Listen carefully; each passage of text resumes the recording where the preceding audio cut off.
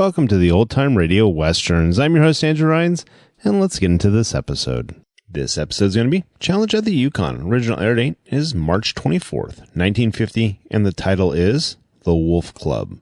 Hope you enjoy, and again, thanks for listening. Now, as gunshots echo across the wind-swept, snow-covered reaches of the wild Northwest, Quaker puffed wheat and Quaker puffed rice, the breakfast cereal shot from guns, present the Challenge of the Yukon. It's Yukon King, swiftest and strongest lead dog of the Northwest, blazing the trail for Sergeant Preston of the Northwest Mounted Police in his relentless pursuit of lawbreakers. On King! On, you huskies! Gold discovered in the Yukon. A stampede to the Klondike in the wild race for riches. Back to the days of the gold rush. With Quaker puffed wheat and Quaker puffed rice, bringing you the adventures of Sergeant Preston and his wonder dog, Yukon King, as they meet the Challenge of the Yukon.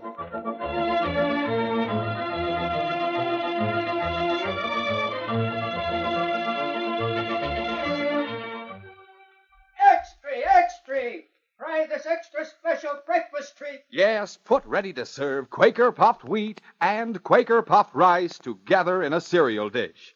Separate the two with fruit and add milk or cream. It's different. It hits the spot. Every luscious spoonful you put in your mouth makes you want more and more. So crisp and tender, so full of nut-like flavor. Tomorrow morning, try this extra special treat. Both Quaker puffed rice and Quaker puffed wheat.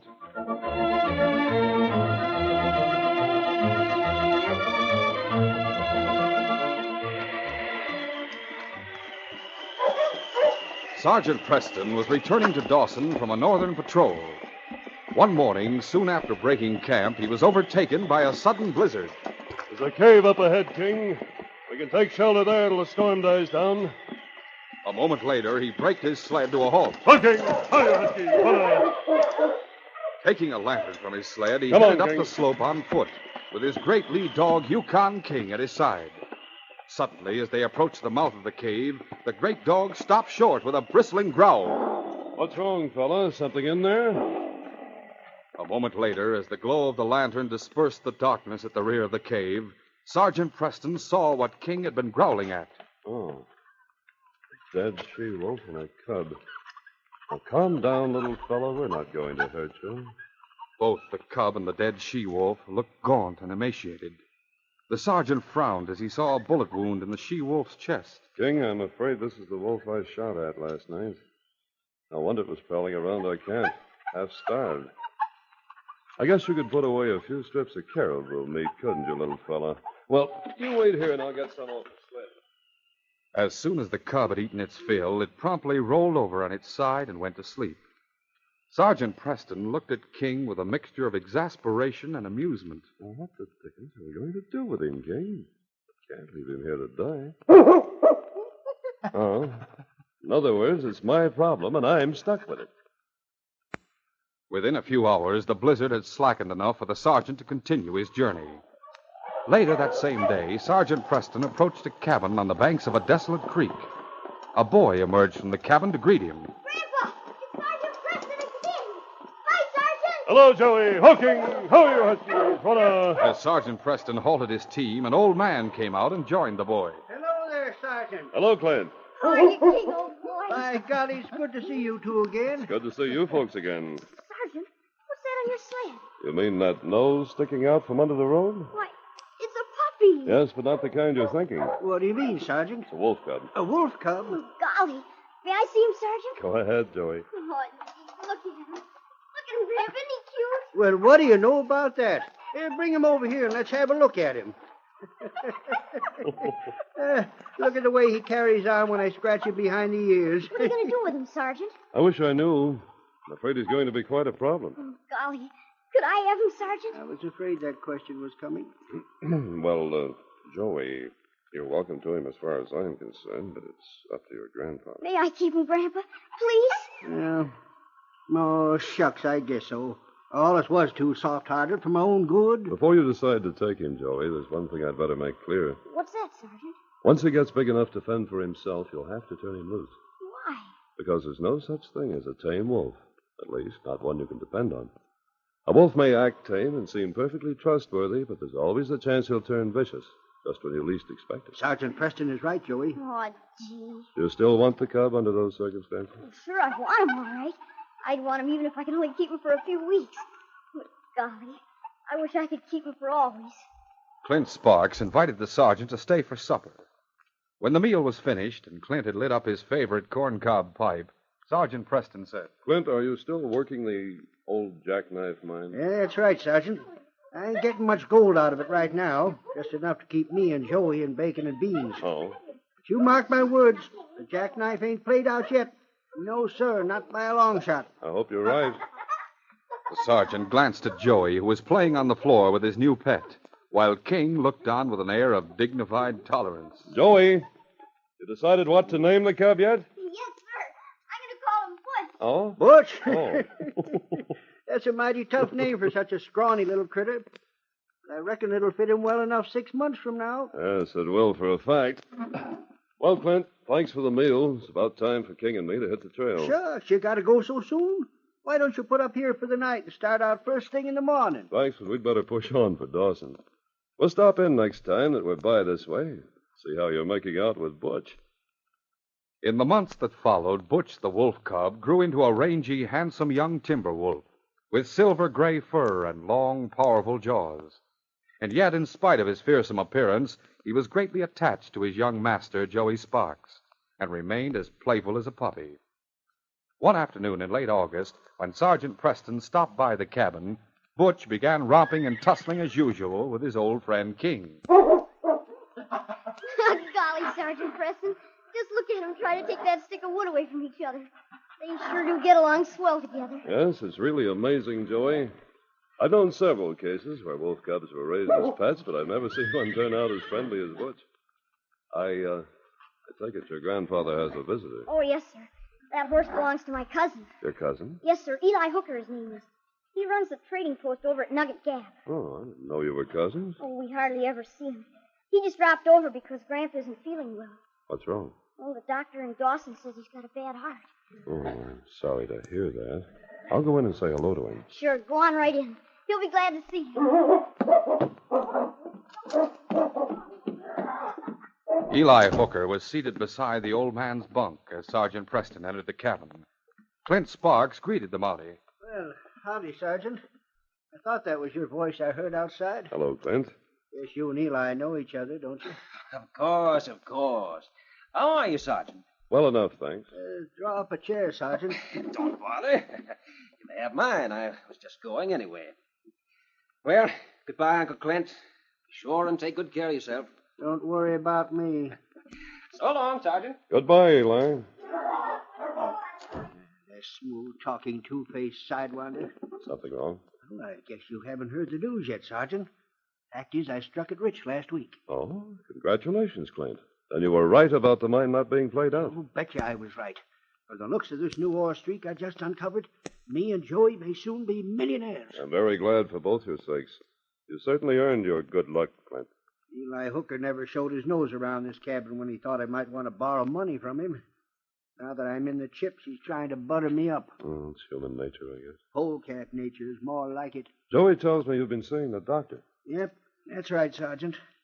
My heart started acting up on me the other day. I guess the excitement of finding all that gold was a little too much for me. Doc says I'll have to stay quiet for a spell. You'd better do what he tells you. Remember, you've got Joey to look after. I know I have. I'm just thankful I made this strike before it was too late. Now, if anything does happen to me, I want you to promise me you'll sort of keep an eye on Joey. You can count on that, Clint, but let's hope the two of you will be together for a long time to come. As the short autumn season drew to a close and winter approached, Butch grew more and more restless. Every night the call of the wolf pack sounded in the forest bordering the creek, and every night Butch echoed the call more fiercely and insistently. One night, both Joey and his grandfather were awakened from their sleep by the clamor. Butch, as usual, was penned up in the woodshed. Joey, are you awake? Turn Butch loose. But, Grandpa, if we do, he'll never come back. I know, son, but we've got to do it. Throwing on some clothes hastily, the boy and the old man went out to the woodshed.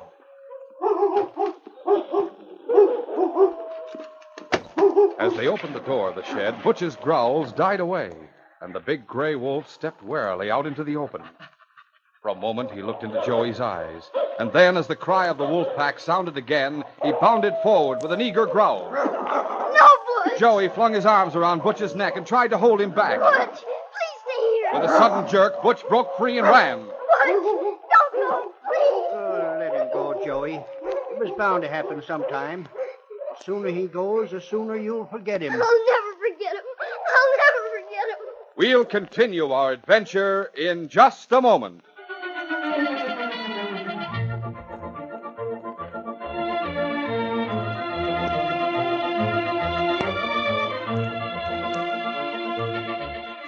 Did you ever wonder what it would be like traveling on a Yukon riverboat?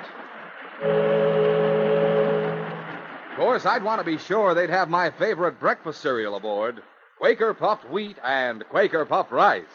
Gotta have the cereal shot from guns. Hey, avast there, landlubber. What in thunder's going on here? Uh-oh. You must be the captain. You bet. I'm running things here. I don't stand for no gunplay. Oh, yes, sir. Aye, sir.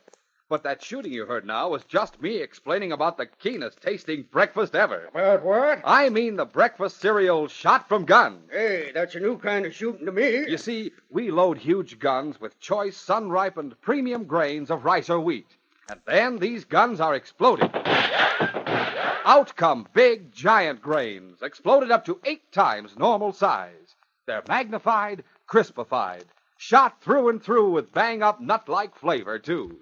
That's why Quaker puffed rice and Quaker puffed wheat are so good to eat. Sounds sort of tasty. And for breakfast, lunch, or supper, all you do is pour out a bowlful right from the package. No cooking. Just add milk or cream and top with your favorite fruit. That's for me. What's more, Quaker puffed rice and Quaker puffed wheat are nourishing. They furnish added health values of restored natural grain amounts of vitamin B1, niacin, and iron. Well, let's load some sacks of them on the boat. Oh, Quaker puffed wheat and Quaker puffed rice are never sold in bags or bulk. And that's something for you fellas and girls to remember, too. Tell your mom to please look for the red and blue packages with the smiling Quaker man on the front. Then she'll be sure to get the original, crisp, fresh Quaker puffed wheat and Quaker puffed rice.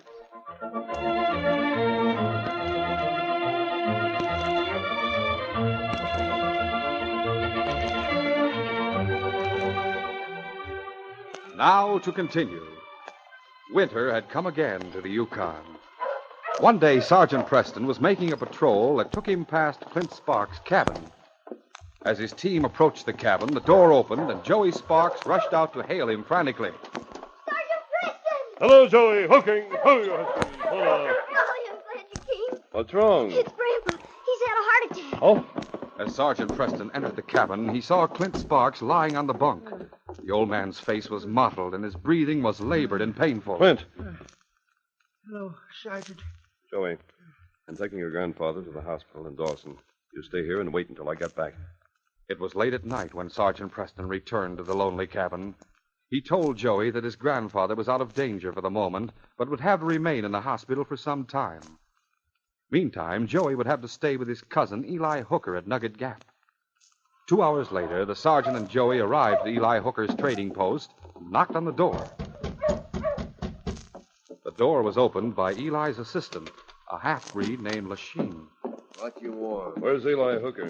What's up, Sergeant?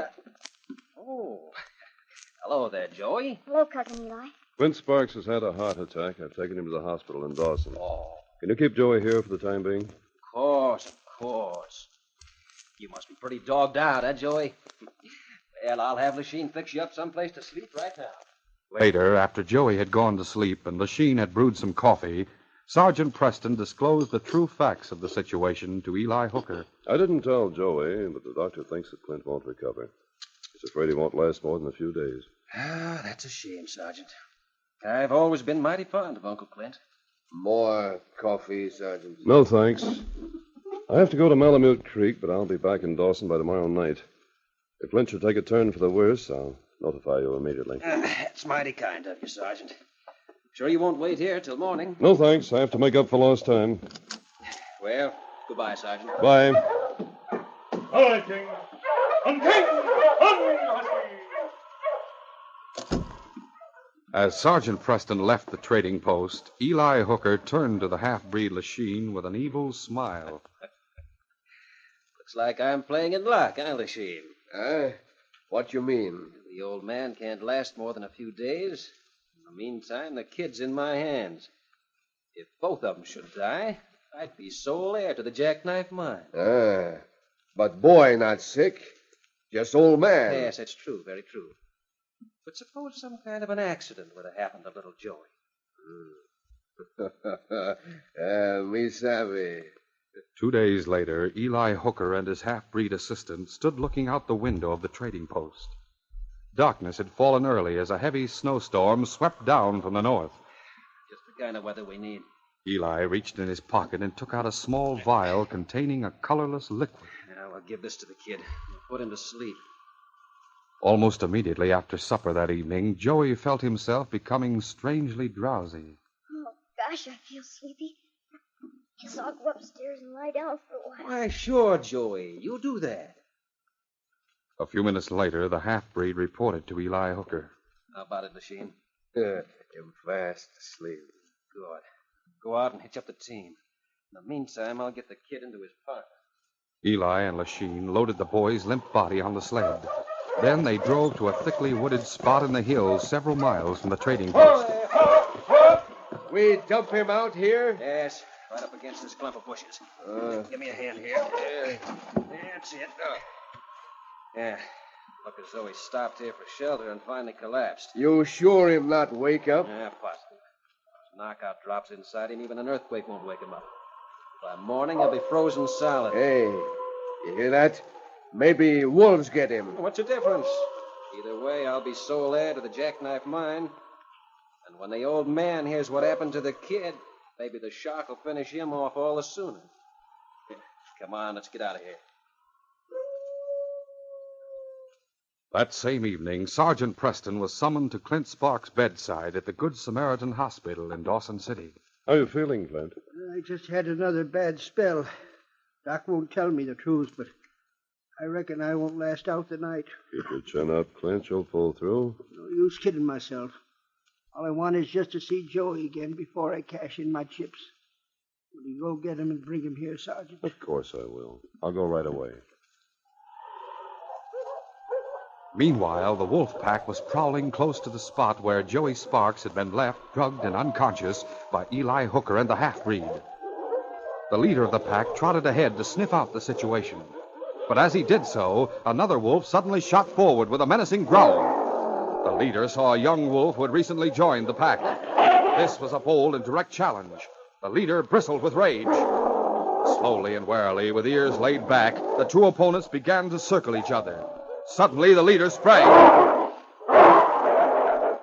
His fangs sought the gray wolf's throat, but the gray wolf reared and met the rush with his chest. A moment later, the two were tangled in a snarling, slashing duel to the death.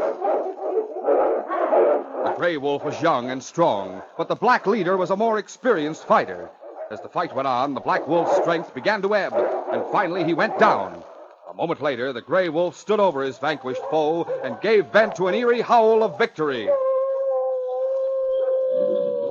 The pack closed in, but to their surprise and disappointment, the gray wolf refused to let them approach the boy lying on the ground. A chorus of angry growls arose from the pack.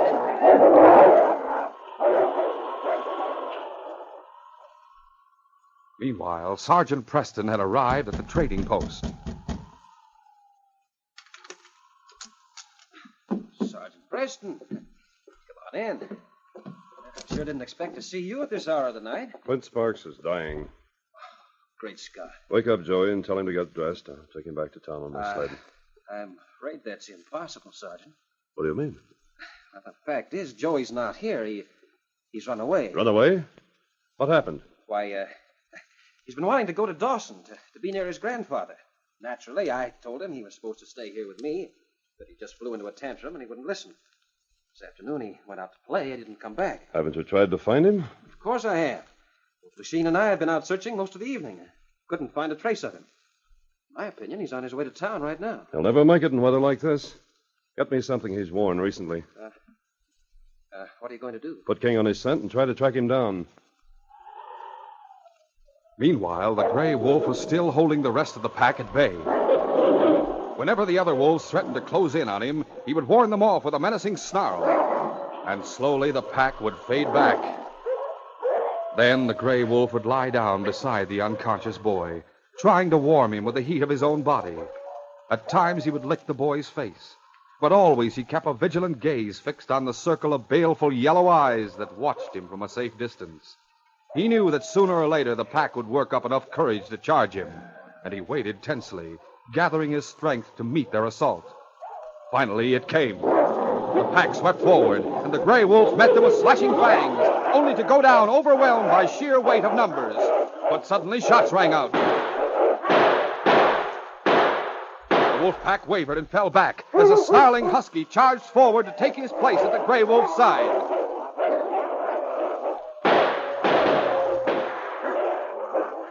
In a few moments, the fight was over, and the wolf pack had melted away into the forest. The gray wolf crouched, nervous and trembling, as Sergeant Preston spoke to him in a calm, reassuring voice. Good work, Butch. You've paid back all the love and care that Joey ever gave you. The sergeant felt Joey's pulse and then pushed back his eyelids gently. He's been drugged, King. I thought that story Eli Hooker gave me was pretty thin. Well, we'll deal with him when we get back to the post. Half an hour later, Eli Hooker and Lachine were waiting nervously at the trading post. You suppose dog tracked down, boy? I don't know. Scent trail won't last very long with this snowstorm going on. Besides, even if they do find him, the kid may be dead by this time. Boy, not dead. Maybe Mountie find out him been doped. Yeah, maybe so. Better not take any chances. Hey, what are you doing? Taking gun out of drawer. What for? Just got through telling you we better not take any chances. I'll slip this gun inside my vest. If it turns out Preston is wise to us, I'll settle his hash right now. With a lead slug. Maybe that him now. Yeah, that probably is. Sergeant Preston was carrying Joey in his arms. Sergeant, you found him. Yes, and you have some explaining to do, Hooker. The boy's been drugged. As Sergeant Preston strode into the room, King saw Eli Hooker jerk out his revolver from inside his vest. This gun will do all the explaining that's necessary. Don't try for your gun, Preston. Just drop the kid on the counter and get your hands up. All right, Hooker. King tensed. He had been carefully trained and knew what it meant when someone held a gun on his master. Hooker, this proves your guilt. You have the drop on me, but you didn't count on King! What? King heard his name and leaped. His jaws closed on Hooker's gun arm. The force of his charge knocked the crook to the floor. Call him off, Preston! Lachine saw his boss's plight. He whipped out a knife and prepared to hurl it at the sergeant. I fix you, Mountie. No, you don't. Try any more false moves, and you'll get the next bullet between the eyes instead of in the arm. Call off this dog, Preston! Call him off! Not till I've picked up your gun, Hooker. That's better. All right, King, you can let him up now while I put on the handcuffs. Hooker, you and Lachine are both under arrest in the name of the Queen. The charge is attempted murder. The following day, Joey and Sergeant Preston sat at Clint Sparks' bedside. Joey had recovered from his ordeal with no serious after effects, and his grandfather had also rallied from his crisis of the previous evening. You're looking a whole lot better, Clint. And I'm feeling a whole lot better, Sergeant. Reckon I kind of surprised both the doctor and myself the way I pulled through that spell last night. What's the doctor say now? Well, he says if I stay here at the hospital and rest up for a while, there's no reason why I shouldn't be back on my feet in a couple of weeks. Of course, I won't be able to do any more heavy work at the mine. Oh, with the mine rich like it is, you won't have to, Gramp. You can hire all the help you need. By thunder, I will at that. There's one thing you still haven't told me. And that is, what happened to Butch? Well, he followed me back to the trading post last night and trailed after my sled when I brought Joey and the prisoners into town. You mean you've got him here in Dawson? No, he stopped at the outskirts of town, wouldn't come any farther. But I have an idea he'll be around to visit you when you go back to your cabin. Oh, golly, I sure hope so. If he does, can we keep him again, Grandpa? I mean, for as long as he wants to stay. You bet your boots we can, Joey. That's one wolf that'll always be welcome at your door, eh, Clint? He sure will, Sergeant. Say, I still ain't thanked you and King No for all... need to thank us, Clint. We were just doing our job. Now that Joey's safe and Hooker and Lachine are behind bars, this case is closed.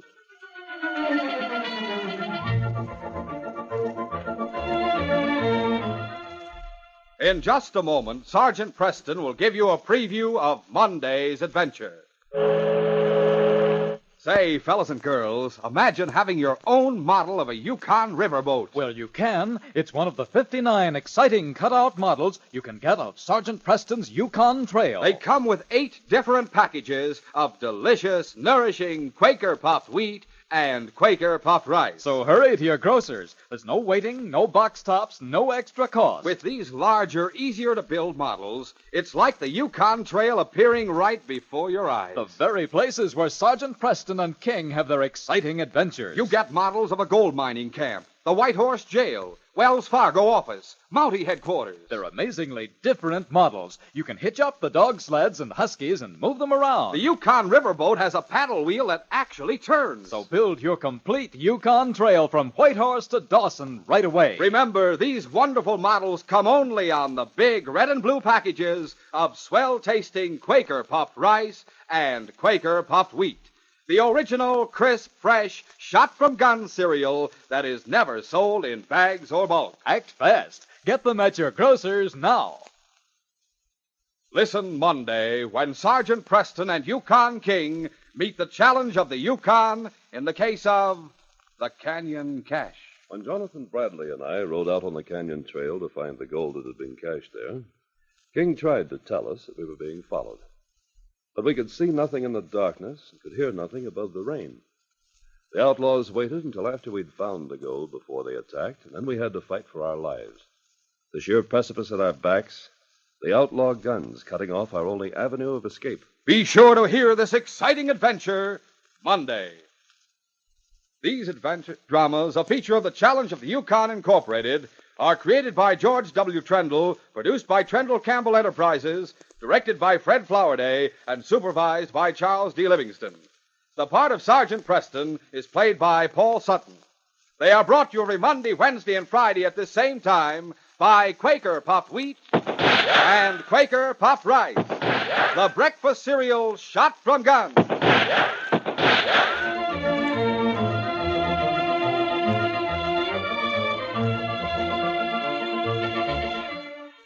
For a delicious hot breakfast, eat Quaker Oats.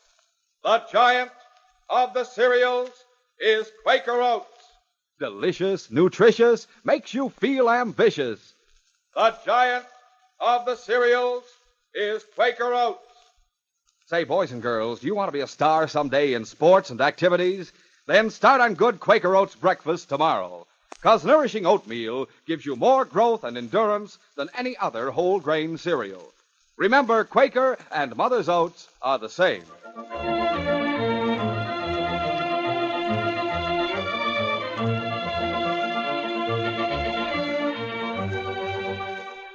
This is J. Michael wishing you goodbye, good luck, and good health from Quaker Puffed Wheat and Quaker Puffed Rice. So long. This is ABC, the American Broadcasting Company.